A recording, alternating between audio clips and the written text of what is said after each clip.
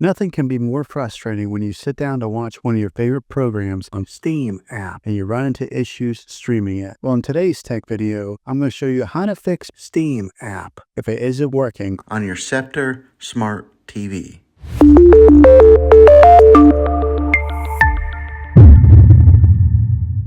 Let's see if we can fix your problems and get your Steam app back up and running as quickly as possible. The first one, it's the easiest one to try, and that's to unplug your TV from the wall outlet and wait 60 seconds. Now, don't be impatient here. Wait the whole 60 seconds, then plug it back in. This is very different from turning your TV on and off with your remote control. This is what we call a hard reset of your TV, so make sure you do this method. If that doesn't work, then find your router that is giving you Wi-Fi and unplug the power to that for 60 seconds. Then plug it back in. If it fixes it, great. If not, let's go ahead and move on to the next method. Try deleting Steam app on your TV. Go to wherever the apps are located on your system and remove the app altogether. Then reinstall Steam app again. After you reinstall it, you might have to log back in with all of your credentials, but hopefully this will work. And if that doesn't work, then I recommend buying an affordable Roku stick, Fire Stick, or Apple TV 4K and plug that into your TV and use that as your main streaming player, and you'll be able to access Steam app that way. I'll put links in the description down below of where you can get one. There you have it, folks.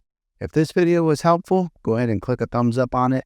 Go ahead and subscribe to my channel. I make tech videos all the time, and I would love to have you back in the next one. Take care.